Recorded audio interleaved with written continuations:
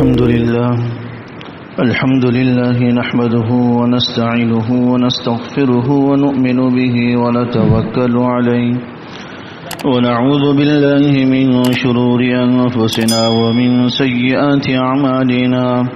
من يهده الله فلا مضل له ومن يضلل فلا هادي له ونشهد أن لا إله إلا الله وحده لا شريك له ونشهد أن سيدنا وسندنا ونبينا ومولانا محمدا عبده ورسوله صلى الله تعالى عليه وعلى آله وأصحابه وبارك وسلم تسليما كثيرا كثيرا. أما بعد فأعوذ بالله من الشيطان الرجيم. بسم الله الرحمن الرحيم. يا أيها الذين آمنوا قوا أنفسكم وأهليكم نارا وقودها الناس والحجارة عليها ملائكة غلاظ شداد لا يعصون الله ما أمرهم ويفعلون ما يؤمرون. صدق الله العظيم وصدق رسوله النبي الكريم ونحن على ذلك لمن الشاهدين والشاكرين والحمد لله رب العالمين. میرے قابل احترام بزرگوں، محترم سامعین، اس دنیا کے اندر دین سے بڑھ کر، ایمان سے بڑھ کر کوئی نعمت نہیں ہے. اللہ جل شانہ نے جس کو دین کی نعمت عطا فرمائی، ایمان کی دولت عطا فرمائی، وہ سب سے بڑا دولت مند شخص، وہ سب سے زیادہ کامیاب شخص اللہ اس کے رسول کے نزدیک ہے. اگرچہ دنیا والوں کی نگاہوں میں کامیاب، کامران وہ لوگ کہلاتے ہیں جو دنیاوی اعتبار سے ترقی یافتہ ہوں، بڑے منصب اور عہدے والے ہوں، بڑی سیلری والے بنگلے اور کار کوٹھی والے ہوں، دنیاوی مال و متاع کی فراوانی ہو. تو بہرحال جس کو منصب حاصل ہے، عہدہ حاصل ہے، جس کو دنیاوی مال و متاع حاصل ہے، وہ دنیا والوں کی نگاہ میں کامیاب سمجھا جاتا ہے. اللہ اس کے رسول کی نگاہ میں کامیاب انسان وہ ہے جس کو اللہ نے دین کی نعمت عطا فرمائی، ایمان کی دولت مرحمت فرمائی، دین کی فکر نصیب فرمائی کہ دین کی حوالے سے وہ اپنی ذات کے لیے بھی فکر مند ہے اور اپنے اہل و عیال کے لیے بھی فکر مند. آج ہم اپنے گرد پیش میں دیکھیں، اب اپنے گریبانوں میں جھانکیں، اپنے گھرانے پہ، اپنے اہل و عیال پر نگاہ ڈالیں تو ہم دیکھتے ہیں کہ سب سے زیادہ آدمی بے فکرہ اہل و عیال کی، بال بچوں کی دین کے حوالے سے ہوتا. سب سے زیادہ بے فکرہ آدمی اہل و عیال کی، بال بچوں کے دین کے حوالے سے ہوتا. اگر بچہ اسکول نہیں جا رہا، والدین کو فکر سوار ہو جاتی ہے کہ بچہ اتنے دنوں سے پڑھائی پہ نہیں گیا، اسکول پہ نہیں گیا،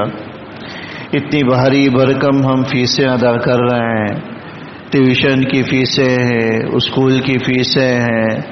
اور دیگر تعلیمی اخراجات ہیں، کتابوں کے اخراجات ہیں،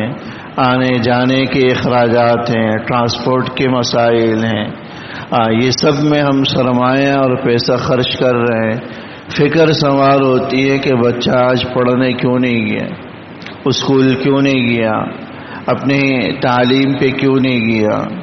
آفس سے چھٹی ہو جائے فکر سوار ہو جاتی ہے کہ آج دفتر نہیں جا سکے، آنکھ نہیں کھلی، آفس نہیں جا سکے، دکان لیٹ کھول لی، دکان دیر سے کھولی، دکان میں دیر سے پہنچے. کئی طرح کے افکار اور کئی طرح کی فکریں سوار ہو جاتی ہیں. ڈگری حاصل کر لی بچے نے، ڈگری کے بعد اب کوئی ملازمت نہیں مل رہی، فکر سوار ہو گئی۔ باہر جانے کا سلسلہ اور ارادہ ہے، باہر جانے کا موقع نہیں مل رہا اور راستے اس کو مسدود نظر آ رہے ہیں، فکر سوار ہو گئی کہ بھائی باہر جانے کی کوشش کر رہا ہوں لیکن بنتے بنتے کام بگڑ جاتا ہے۔ 20 لوگ آ کر ہمارے پاس جو اپنا مسئلہ بیان کرتے ہیں وہ یہی بیان کرتے ہیں کہ فلاں کام میں ہاتھ ڈالتا ہوں تو ہوتے ہوتے وہ رک جاتا ہے، فلاں کاروبار شروع کرنا چاہتا ہوں لیکن پھر شروع نہیں کر پاتا، فلاں جگہ جانا چاہتا ہوں لیکن یہ کہ اس کا دروازہ بند ہو جاتا ہے، ہوتے ہوتے رک جاتا ہے۔ جس آدمی کو دیکھو تو یہی فکر لے کر، یہی پریشانی لے کر علماء کے پاس، عاملوں کے پاس، درگاہوں میں جگہ جگہ چکر لگا رہا۔ آج دیکھیں نا جو عملیات تعویذ گنڈے کرنے والے ہیں ان کے پاس لوگوں کی لائن لگی ہوئی۔ سب سے بڑا نفع بخش کاروبار یہ تعویذ گنڈے کا بن چکا ہے آج کے زمانے میں۔ سب سے زیادہ نفع بخش کاروبار تعویذ گنڈے کا بن چکا ہے۔ لوگ اندھا دھند پیسہ اس میں لگاتے ہیں، سرمایہ لگاتے ہیں، بس اگر کسی نے یہ کہہ دیا کہ آپ پر کسی نے کچھ کر دیا ہے، آپ کے گھر پر کچھ کر دیا ہے اور کچھ رشتہ داروں کے نام بھی بتلا دیے جائیں تو پکا اس پر یقین ہو جاتا ہے کہ یہ تو پہنچی ہوئی سرکار ہے، لہذا سارا پیسہ اس پر لوٹا دیں۔ لوگوں نے اپنے گھر کے حصے اور گھر کے پارٹیشن بیچ کر ان جو ہے تعویذ گنڈے کرنے والوں کو پیسوں کی ادائیگی کی ہے، پیمنٹ کی۔ ان کے پاس جو لائنیں لگی ہوئی ہیں نا وہ اس کی نہیں لگی ہوئی کہ میرا بچہ نماز نہیں پڑھ رہا، ذرا اس کے لیے تعویذ دے دیں۔ اہل و عیال نماز نہیں پڑھ رہے، عبادات اور نیک اعمال کا اہتمام نہیں کر رہے، اس کے لیے کوئی وظیفہ بتلا دیں۔ اس کے لیے کسی کے پاس نہیں جایا جاتا، نہ کسی کے پاس کوئی لائن لگاتا۔ وہاں اگر سینکڑوں لوگ موجود ہیں تو ہر ایک سے پوچھیں گے فکر کیا سوار ہے؟ دنیا کی فکر سوار ہے، دنیا کی فکر سوار ہے، مال و متاع کی فکر سوار ہے، فلاں جگہ جانا ہے، اسباب نہیں بن رہے اس کی فکر سوار۔ تو میں عرض کر رہا تھا کہ آج ہمارے ارد گرد اگر ہم اپنے گرد و پیش میں بلکہ اپنی گریبانوں اور اپنے گھرانوں میں نگاہ ڈالیں تو سب سے زیادہ آدمی بے فکرہ جس چیز سے ہے وہ ہمارا دین۔ رات بچہ دیر سے سوتا ہے، والدین یہ آواز دیتے ہیں کہ بھائی صبح اسکول جانا ہے، سو جاؤ۔ یہ آواز نہیں دیں گے کہ صبح نماز کے لیے بھی اٹھنا ہے، سو جاؤ، ذرا جلدی سو جاؤ تاکہ فجر میں آنکھ کھل جائے۔ نہیں، فکر سوار ہے تو دنیا کی سوار ہے، دنیا کے مال و متاع کی سوار ہے،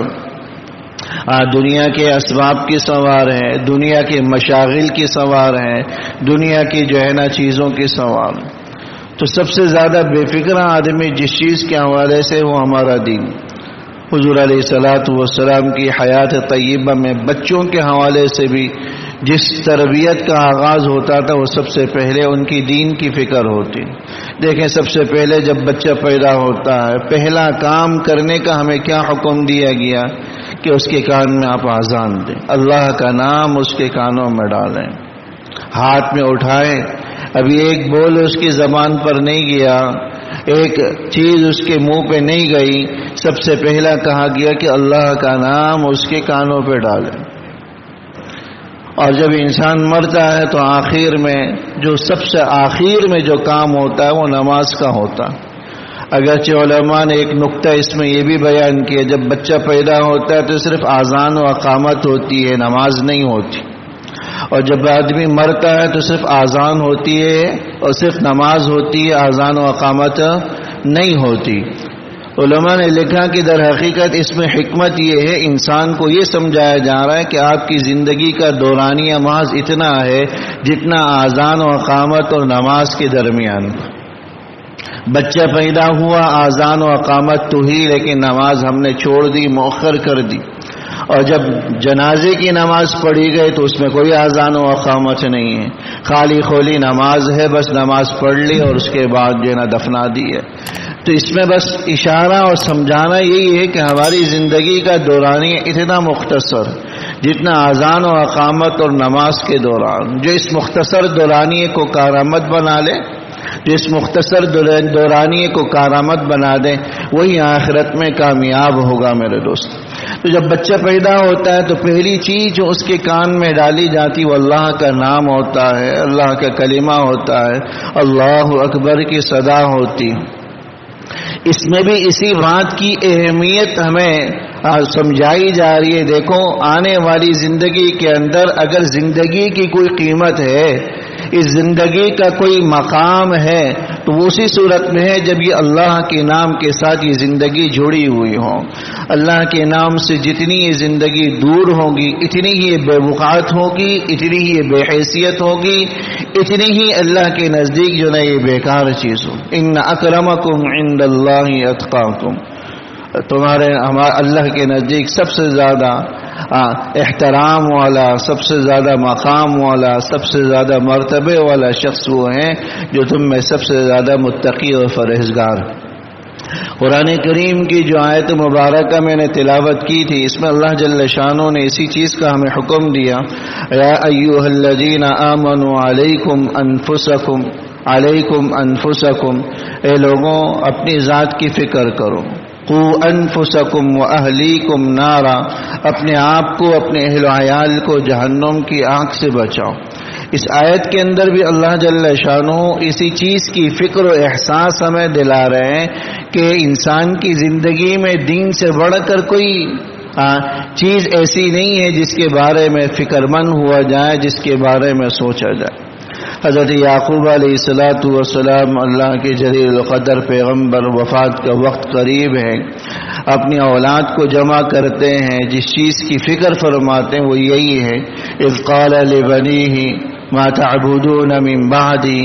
اذ قال لبنیہ ما تعبدون من بعدی، اپنی اولاد سے کہتے ہیں کہ میرے ماں تم کس کی عبادت کرو؟ قالوا نعبد الہک و الہ آبائک، ہم آپ کے معبود کی عبادت کریں گے، آپ کے آباء و اجداد حضرت ابراہیم، حضرت اسماعیل، ان کے معبود کی ہمیں عبادت کریں گے۔ بستر مرگ پر ہیں لیکن جس چیز کی فکر سوار ہے تو میرے دوستوں صرف اور صرف اس بات کی کہ ان کا دین صحیح رہ جائے، دین محفوظ ہو جائے، ایسا نہ ہو کہ مرنے کے بعد ان کے دین بگڑ جائے اور دین کے حوالے سے گمراہی کا شکار ہو جائے۔ تو زندگی میں بھی جس چیز کی فکر کی، دین کی فکر، انتقال کے وقت بستر مرگ پر ہیں، اپنی اولاد کی مستقبل کے حوالے سے فکر کر رہے ہیں، تو وہ کاروبار کی فکر نہیں کر رہے،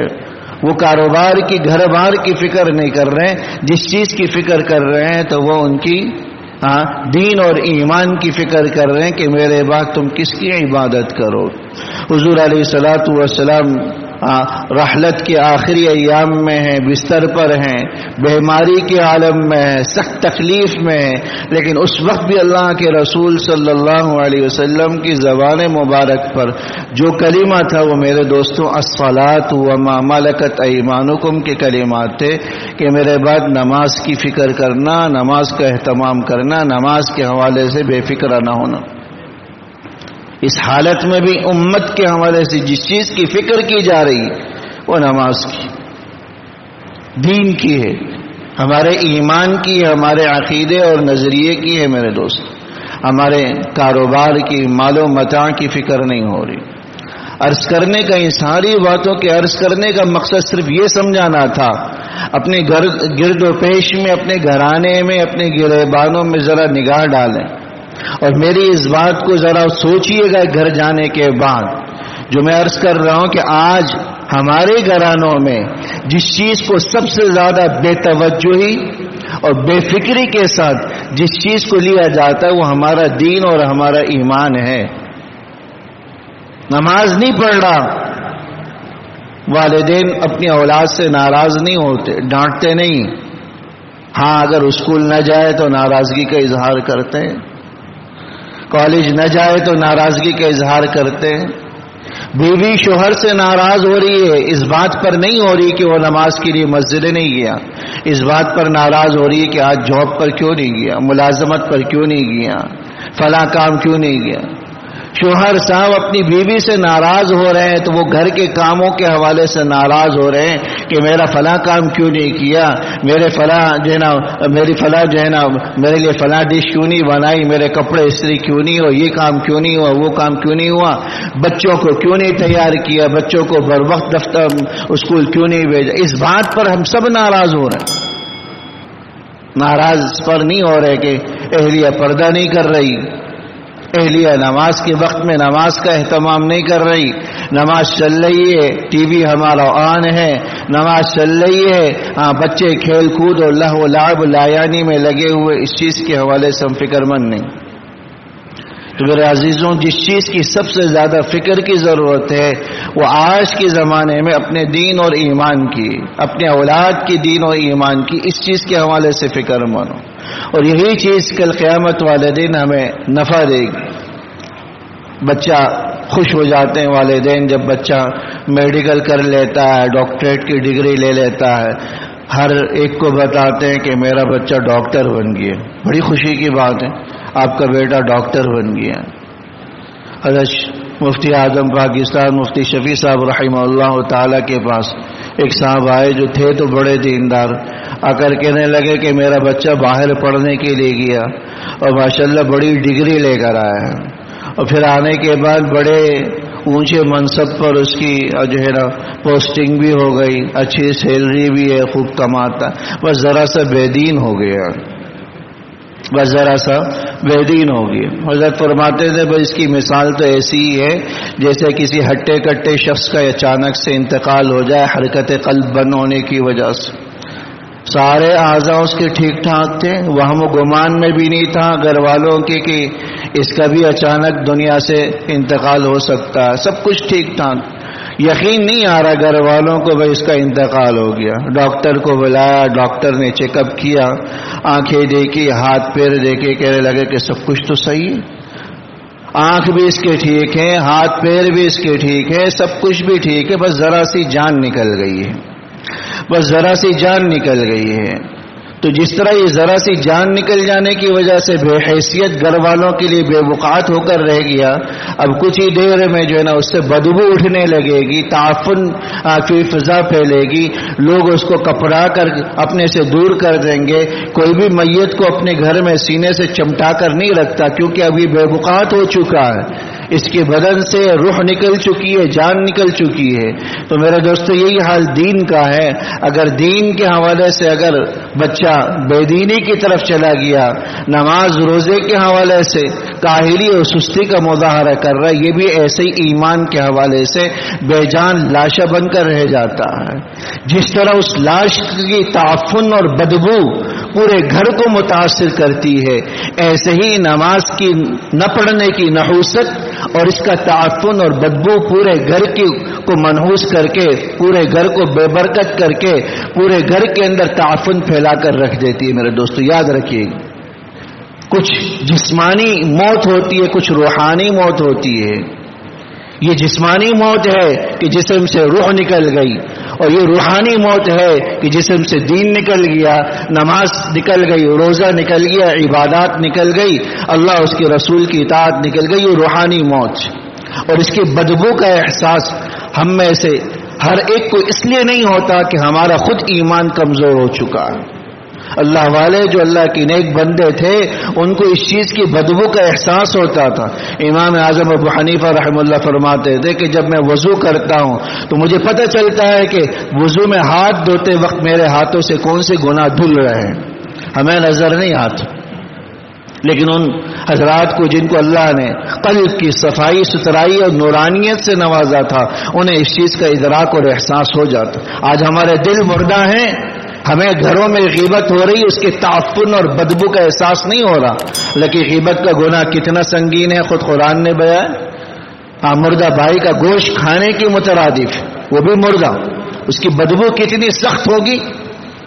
اگر واقعتاً کوئی گوشت کا ٹکڑا لا کر گھر میں رکھ دیا جائے تو سب اپنا منہ بند کر کے گھر سے بھاگنے لگے، لیکن ادھر بدبو کا احساس ہمیں اس لیے نہیں ہوتا کہ خود ہماری روح ایمانی میرے دوستوں مردہ اور بے جان ہو چکی، کیونکہ خود ہم اپنی ذات کے حوالے سے، اپنی ذات میں دین کے حوالے سے بے فکر ہیں، اولاد کے حوالے سے بھی ہم بے فکری کے شکار ہو رہے ہیں، جس کی وجہ سے اس تعفن اور بدبو کا احساس نہیں ہو رہا، اس روحانی موت کا ہمیں احساس نہیں ہو رہا جو آج ہمارے دلوں کے مردہ ہونے اور ہماری روحانی موت کی صورت میں گھروں میں تعفن اور بدبو پھیل رہا۔ تو اس حوالے سے فکر مند ہو، قوا انفسکم واہلیکم نارا، اپنے آپ کو اپنے اہل عیال کو جہنم کے حوالے سے بچاؤ، جہنم کی آگ سے بچاؤ۔ سب سے اولین ترجیح جس چیز کی ہونی چاہیے میرے دوستوں وہ ہمارا دین اور ایمان، بچوں کی نمازیں ہیں، عبادات ہے، اللہ اس کے رسول کی اطاعت ہے۔ جس گھر میں اگر یہ چیز نہیں ہے بھلے بڑی سے بڑی ڈگریاں لے لیں، وہ مردوں کا گھر ہے، وہ قبرستان نما ہے میرے دوستوں، وہ جیتے جاگتے لوگوں کا گھر نہیں ہے۔ اللہ جل شانہ ہم سب کو صحیح سمجھ نصیب فرمائے، عمل کی توفیق